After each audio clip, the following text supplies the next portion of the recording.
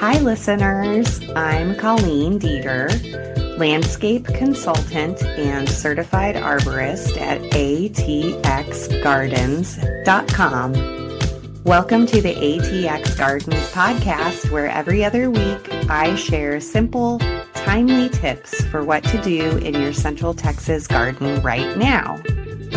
If you're watching on YouTube, tap like and subscribe for more gardening help. Hey there, gardening friends. Today we're talking about what to do in the first half of September. And as always, this episode is sponsored by my landscape consulting business, atxgardens.com. So let's get going. Welcome to early September. Here comes fall. It's short but wonderful in Central Texas fall time. So let's get started. What's going on with trees and shrubs, all our woody plants? It's almost planting time. So my general guidelines for planting trees and shrubs and woody vines is to start on September 15th, but if there's rain in the forecast, if there's some overcast days in the forecast, then you can get started planting a little bit early. Many of the nurseries will have trees and shrubs and woody vines on sale, especially trees that are starting to lose their leaves for the fall. And it's a great opportunity to grab a tree and get planting. If you're planning on planting some larger trees, say 5-gallon and up, around here in Austin, most trees are sold in containers that are measured by gallon size. So you might go to the nursery and get a tree that comes in a 5-gallon bucket, and we would refer to that as a 5-gallon. So if you're going with a larger tree, 5 gallons and up, I recommend using a shovel with a straight wooden handle, not a D-shaped handle or U-shaped handle, just a straight handle. The shovel, it's better if it has footrests on the spade portion of the shovel that bend forward. It's a little bit easier on your feet. And having those footrests is really important so you can use the strength in your legs to dig the hole by stepping on the shovel. So of course, I'm an Amazon affiliate, and there's links in the show notes to a shovel that I like. If you're going to plant even bigger trees like 10, 15, or 20-gallon trees, I really like using tree irrigation bags to water them. So this is a bag that zips up around the trunk of the tree and holds 20 gallons of water. And so then you can just fill up that bag with water, and it has little holes in the bottom, and the water slowly seeps out to water the tree very deeply. And then you also can measure the amount of water that you're putting on the tree. And in general, if you plant a 5-gallon tree, it's going to need 5 gallons of water once a week for 3 years. That's sort of my real general guidelines for watering. So same thing, if it's a 15-gallon tree, give it 15 gallons of water once a week for the first 3 years after you plant it. 20 gallons, get 20 gallons of water once a week for 3 years. So you can think about it that way. It's not an exact science, but that gives people a pretty good jumping off point for how often and how much to water their newly planted trees. So those irrigation bags are really helpful. They're 20 gallons usually. So, if you're filling it up once a week, your trees are getting enough water. So there's a link to purchase those on Amazon in the show notes.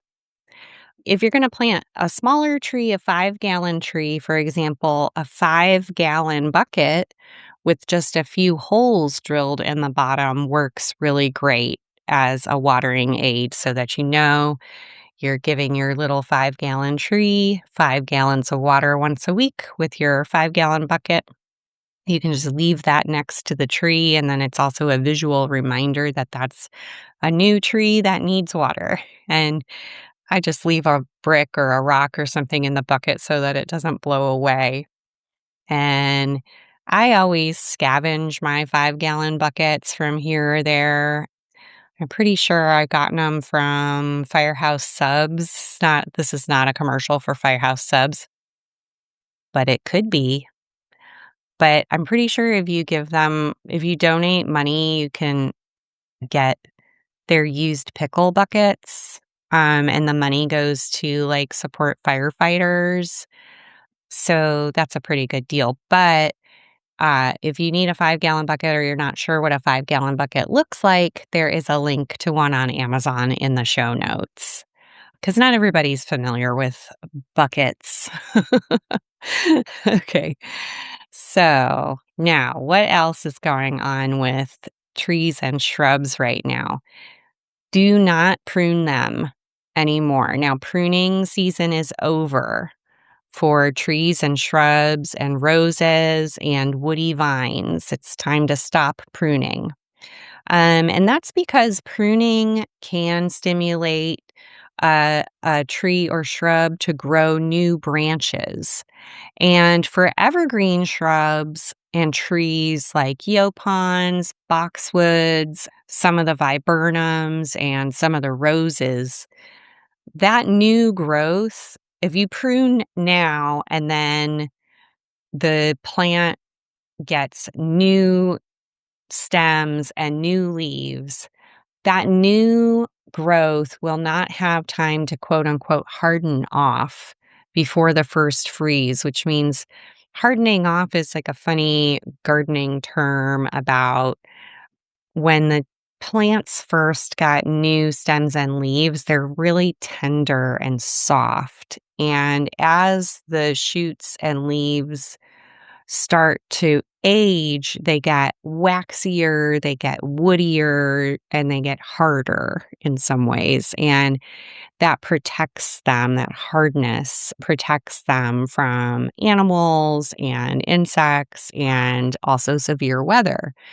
So if you trim evergreen plants now, they'll get new growth, and that new growth won't have time to harden off before the first freeze. And then that freezing weather will damage the new growth and kill that new growth. And all of the carbohydrates that the plant used to make those new stems and leaves will be wasted. So it's real hard on the plants if they grow a lot in the fall and then they get hit with a freeze. It's really bad for them. So you don't want to prune right now. Also, for the plants that lose their leaves in the fall, it's the same kind of thing. So, like redbuds, sycamores, and catalpas, just to name a few. Same thing, if you trim them now, they're going to put out a bunch of new growth, and then they're just going to drop all those leaves right away, coming into later in the fall when it's time for them to lose their leaves anyway. And that will have been wasted carbohydrates, wasted energy on their part. So now the plants are entering dormancy and they need to be left alone. Okay, so it's much better to wait until later, very late fall and winter to do any pruning on the woody plants. And of course, I'm going to let you know when to start on all of that winter pruning in future podcast episodes. For your oak trees, the best practice is to wait until later in the fall and winter to prune, both for the health of the trees, but also for the risk of spreading oak wilt. So do wait on all of the woody plants, including the oak trees, until late fall and winter for pruning. So a few episodes ago, I was talking about, being sort of cautious about how you trim your trees and shrubs to make sure that you're not taking off so many branches from the bottoms of the trees and shrubs that you're ruining your privacy screen. And sometimes you just need to leave all of the growth at the bottom of a tree or shrub so that you can preserve your privacy and not be able to see underneath it. And I got a really nice note from my friend and podcast fan, Catherine. And she wrote to me and she said, I thought of another reason besides preserving a visual screen not to trim back. I garden for wildlife and I have areas of my yard I maintain as an impenetrable thicket of native plants so that hopefully little critters can make their homes in there. I loved how you talked about thinking about your goals while trimming. That helped me think about where I want to prioritize habitat and where I want to prioritize curb appeal. So thanks for that note, Catherine. It's such a good point. So if you are gardening for wildlife and you want birds and rabbits and everybody to live in your trees and hedges, it's a great idea to leave a lot of that thickety growth at the bottom of the trees so that it's nice and thick and they can live in there and feel safe. All right. So that's it for trees and shrubs and woody vines and your roses. Now, how about fruit trees? What's going on with the fruit trees in the fall, in the first half of September? Continue checking on your pears to see if they're ripe yet. This is the time of year when Orient pears should be ripening. It's a pretty popular variety here in Austin. Really good tree, Orient pears. They should be ripening now. And like I said in the last episode, remember that some heirloom pear varieties don't ripen on the tree. So if you have an old pear tree and you don't know what variety it is, sometimes if the pears stay hard as a rock on the tree and they just never seem to ripen and you feel like they're just useless, go ahead and harvest them. Bring them indoors, let them sit on the counter for a few weeks, or you can even put them in a paper bag and that can help them ripen up faster. So that way you'll have some good pears to eat that you thought maybe were bad. And that hardness is really good for pears around here because it makes them more resistant to insect, animals, anybody who might want to drill holes in those fruits or ruin your crop. They won't because they're so hard. So if you bring them inside, they'll ripen up. Okay, so also at this time of year, there's some late ripening apples like Pink Lady that might be coming in now. So check on your apples. Let's see if they're ready yet. September is a really good time for fertilizing, for caring for the soil. And I'm going to repeat this throughout the podcast today, but including for your fruit trees, it's a really good time to do a soil treatment per your soil test results. Okay, so I'll talk more about soil testing in future episodes. It's a good time to, lightly feed all your fruit trees at this time of year. Always go organic. If you use synthetic fertilizers, especially in the fall, it can stimulate too much growth that won't be able to harden off before the cold, and that can be really hard on the trees. So try to make sure you're going organic and according to your soil test results. Okay, now we get another chance in September for grafting certain fruit trees. So you can take cuttings and graft or root them now for figs, pomegranates, loquats, and citrus. So if you have any old rootstocks from cold damaged citrus trees, usually the rootstock is called trifoliate orange. And you'll know it's different from the other citrus because it has 3 leaflets on the tree instead of one big leaf. And it's extremely thorny compared to most of the citrus.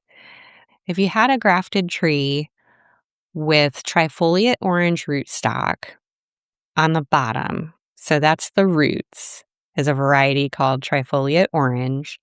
And then on the top was your delicious fruit grafted onto the top. So it might have been an orange type, like a cara orange, or maybe a lime or something like that.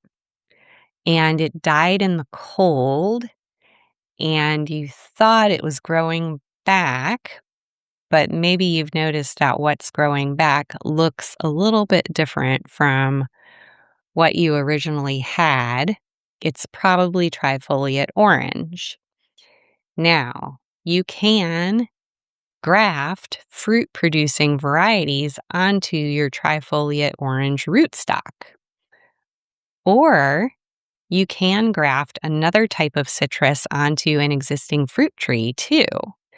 So keep that in mind. If you've got rootstock already, you can get cuttings from maybe a friend's citrus tree and you can graft that onto your trifoliate orange. Some citrus varieties, like Meyer lemons, can grow roots from the cuttings if they're dipped into rooting hormone and then placed into a propagation mix. And the propagation mix is a special type of soil that is specifically formulated for rooting cuttings and starting seeds. So if you decide to do that, you can take cuttings from Meyer lemon tree, dip the cut end into rooting hormone, and then put that into some propagation mix in a container. Keep the propagation mix moist like a wrung out sponge and do not allow it to dry out.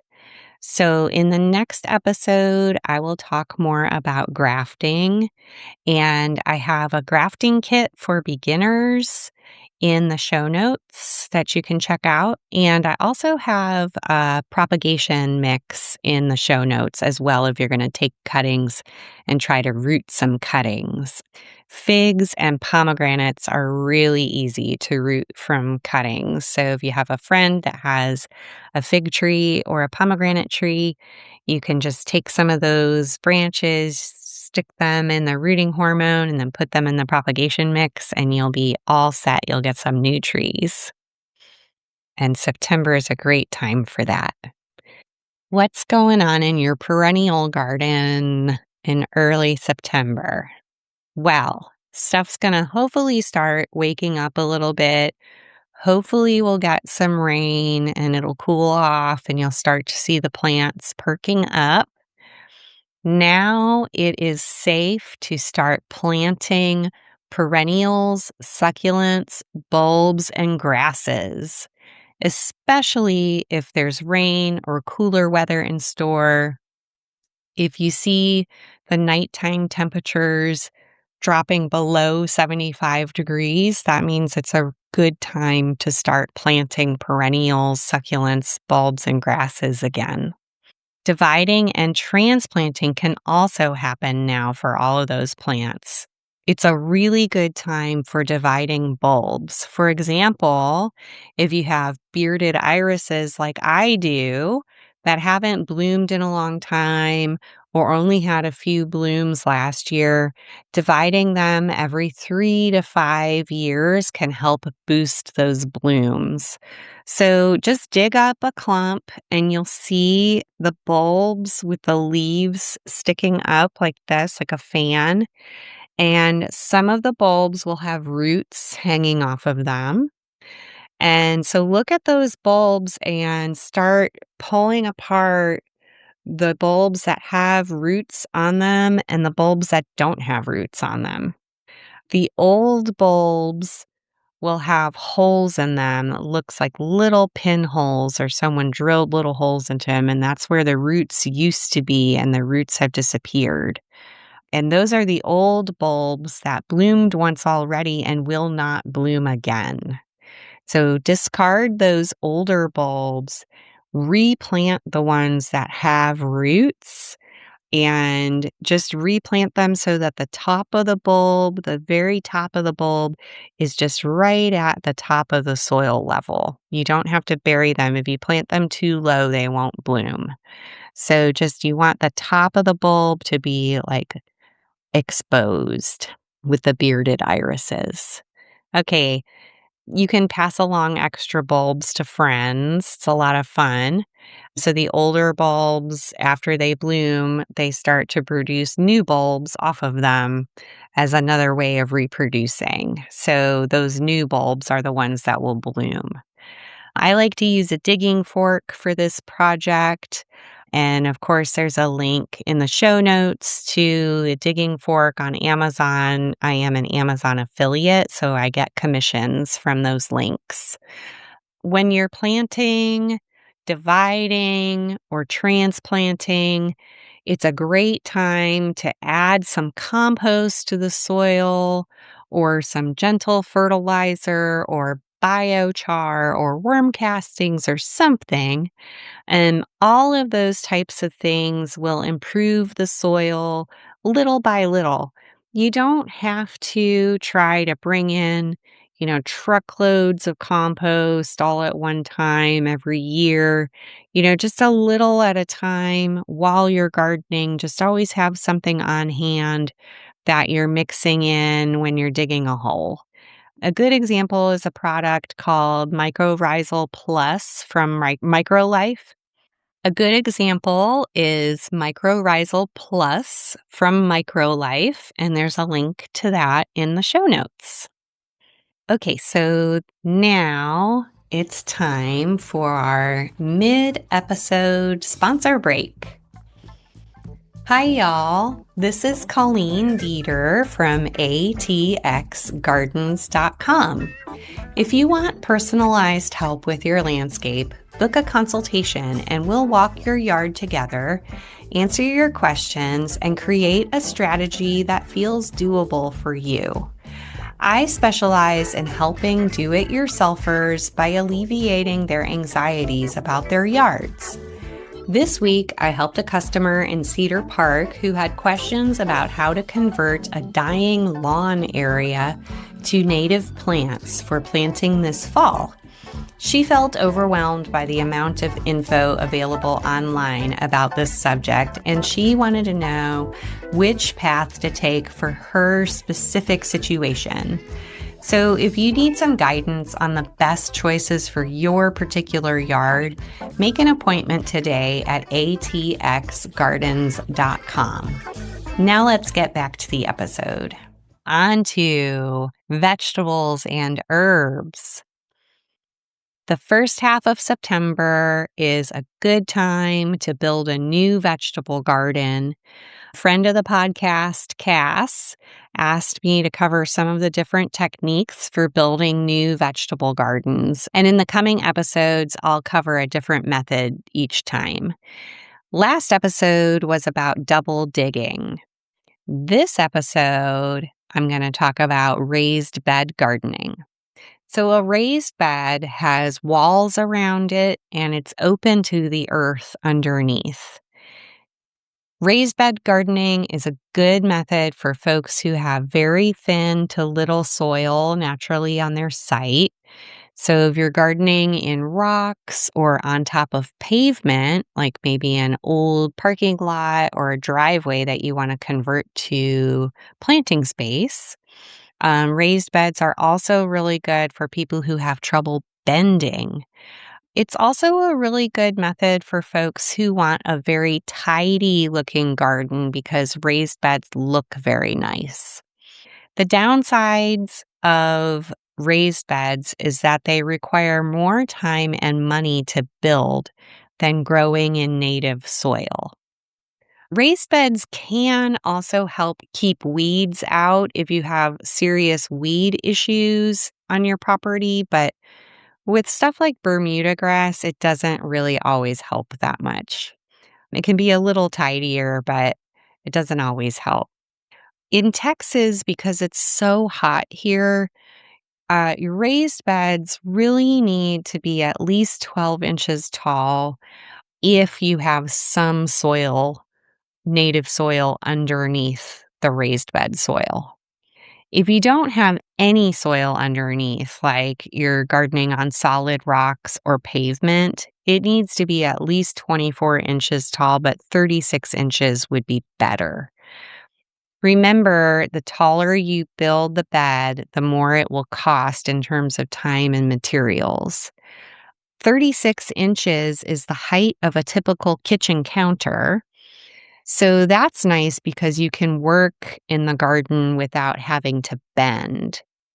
And just like I said last time, 4 foot by 4 foot square is a great dimension for length and width, or 4 foot by 8 foot is also good too, because most people can reach 2 feet into the center of the bed, and you want to be able to walk all the way around it.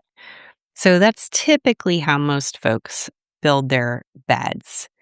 So optimally, you would do 4 foot by 4 foot square and 36 inches high. Now, for raised beds, the wall portion of the bed can be built out of many different types of materials. So, painted metal Vago beds are very popular right now, and there's a link to them in the show notes. So, you can buy them ready made, put it together, and you have an instant raised bed garden. Natural stone and bricks are a wonderful choice. Around here in Austin, a lot of people will use chopped limestone to build their vegetable beds, and they're really beautiful. But they require a lot of patience and skill to build. Wood is a classic choice, and I recommend untreated cedar using 4x4s for the corner posts and then 2x6s for the sides. I love recycling and reusing items, and my raised beds at my house are made from logs from trees that we had to remove from our yard. And those logs are just lined up and piled up kind of willy nilly. And it works just fine. It makes a really good habitat for insects too, for beneficial insects can bore in there and live in the logs. I've also seen folks use cattle panel pieces lined with burlap for a less expensive option. Gabions with stone or wood toppers are a great option as well. Now, cement, cinder blocks, non-food grade plastic tarps, and landscape fabrics, railroad ties, tires, and treated lumber can all leach chemicals into the soil. And a lot of people have concerns about those materials leaching chemicals into the soil that then might be consumed by the plants or by you when you eat the food. Now, I have a lot of feelings and opinions about whether or not that's a real deal breaker for growing food around those materials. And again, I'll list them again. It's cement blocks, cinder blocks, things like pavers, non-food grade plastic tarps, landscape fabric, railroad ties, tires, and treated lumber. All of those things I've heard people talk about their concerns about them leaching chemicals into the soil. I will leave it up to you to decide your comfort level on that. For me, I have so many different opinions and thoughts about that. It's really for a different type of podcast. So you'll have to see what your comfort level is if you're thinking about using any of those materials. For a raised bed, you'll need to fill it with a good soil mix meant for vegetables. Rose mixes can work too, and make sure that all of your soil mixes are peat moss free. In the next episode, I'll talk about keyhole gardens and hugelkultur gardens as less expensive alternatives to raised beds because those soil mixes can get really expensive. Thank you, Cass, for your suggestion, and more on that in the next episode. Now, as far as planting goes in the vegetable garden, the first half of September is a great time for planting. This is my favorite time. I love planting vegetables in the first half of September because it's a great overlap of the warm season plants and the cool season plants. And all of the plants start to mature as the weather is cooling down and you can get really good harvests. And we typically get a good amount of rain in the fall that helps the vegetables produce even more. So it's a really good time. It's my favorite time for gardening. So in the first half of September, you can plant beans. That's pole beans or bush beans and lima beans, which I've never grown lima beans before, but that sounds fun. It's a great time for cucumbers. You can still do summer squash like zucchinis and tatumes, and of course, the classic yellow squash. Plant them now and harvest them before the first frost in mid to late November. Make sure your varieties mature in 80 days or less so that you'll be sure to get your fall harvest in. Because if you plant now, you'll have about 90 to 100 days before a first freeze. So you'll still have some time to get a good harvest. And if the freeze comes later, then the plants will just keep producing until a freeze happens. So make sure you use varieties that mature in 80 days or less. September is the time to transition to cool season crops too. So if the weather looks rainy, maybe a little overcast, and it's not scorching hot outside, it's okay to start planting some of the cool season crops that will grow all winter long, where it doesn't matter if there's a hard freeze or not. Of course, you'll need to be ready to cover them at that time of year, and I will give you a heads up of that in future episodes. But these are the plants that will produce all winter. So if the weather looks hot and dry, it's a little bit better to wait a little longer for things to cool down before planting the cool season crops. If you really want an early start on your cool season crops, you can put a shade cloth over your garden to protect your new little seedlings and plants from the hard afternoon sun. So the cool season crops that you could start planting now if you really wanted to and give them some shade are peas. That's like the regular green peas, snow peas, English garden peas. Radishes, carrots, Swiss chard, kale, Asian greens like bok choy, turnips, mustard, kohlrabi, and multiplying onions. All of those can be planted from seed now, and they're more tolerant of heat than some of the other cool season crops that you'll want to wait a little longer before planting, and I'll let you know when it's time to plant those. Artichokes and cardoons can be planted from seed now, and in the past, I've planted cardoons from seeds that I got from a seed swap, and it was very easy, and I loved doing it. It was really fun. And just like I said earlier for the other categories of plants that I talked about, remember that at planting time, add some compost or fertilizer according to your soil test results, a little bit of worm castings or biochar, something like that. It's a good idea just to add that every time you plant, just have some on hand. Always be adding a little bit of organic matter to the soil to help improve your soil. What about the herbs? What's going on in the herb garden in September? Same thing. It's sort of the really fun transition time from the warm season crops to the cool season crops. There's a lot of overlap in the fall, so it's a real exciting time in the herb garden. You can plant basil still, either from seed or from transplants to get one more harvest before the freezes in November or December. It's the same thing with your fast growing warm season flowers. So things like sunflowers, zinnias, and celotias you could plant now. Just make sure the varieties you're growing mature in 80 days or less. So you'll get to enjoy harvest or those blooms before the first freeze. And again, just like with the vegetables, we're transitioning to cool season herbs too. So if the weather looks cooler and a little rainy, maybe some overcast days, maybe the nights are getting below 75 degrees, then you could plant cilantro, dill, parsley, calendulas, and borage all from seed directly in the garden. You can get going on those cool season plants too. Any perennial herbs like garlic chives, oregano, mint, lemon balm, sage, tarragon, Mexican mint marigolds, all of those can be planted now as small plants.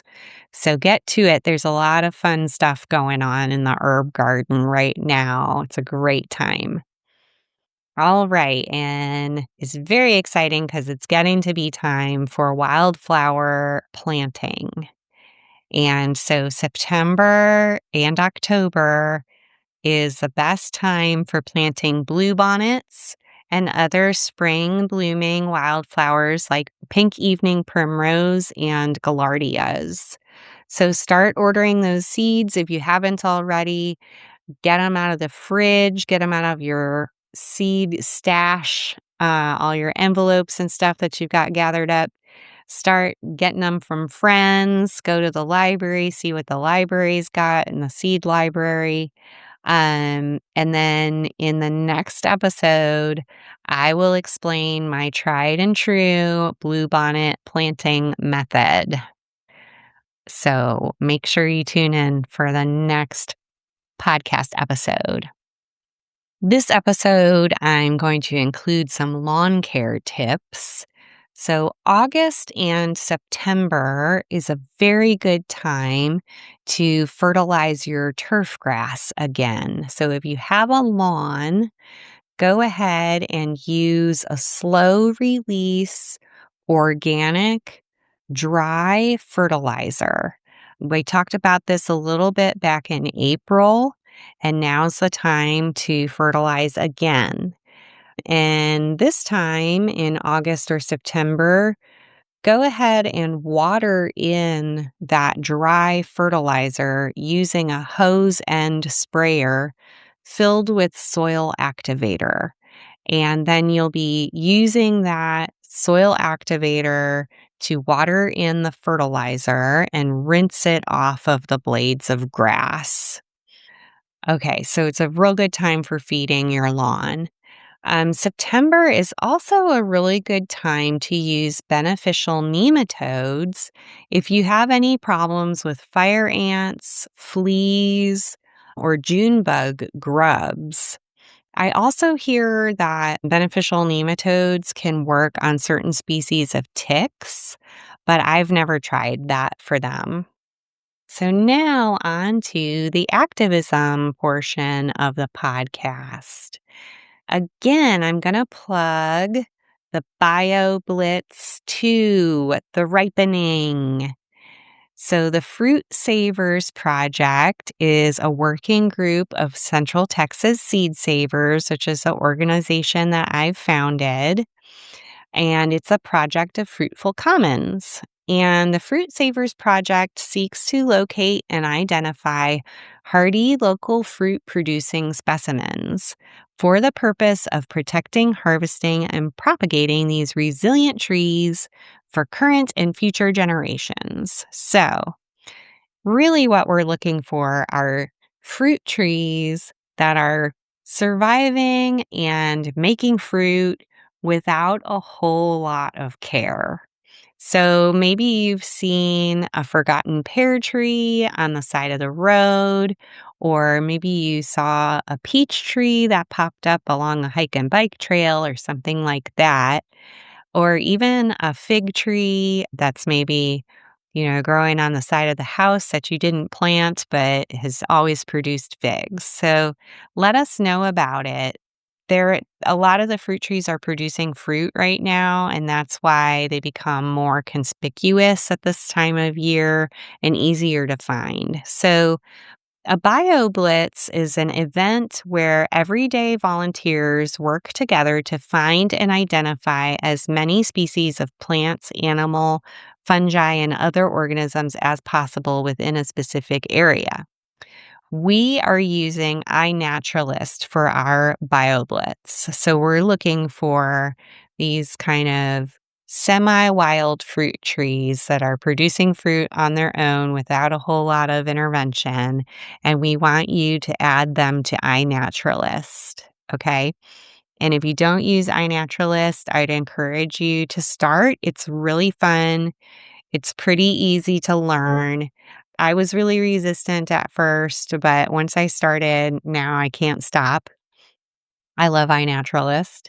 So check that out. And for each iNaturalist observation that you make for our fruit tree ripening BioBlitz, we ask you to include images of the tree's fruit, leaves, trunk, and a full profile of the whole tree, along with any other identifying features that you notice.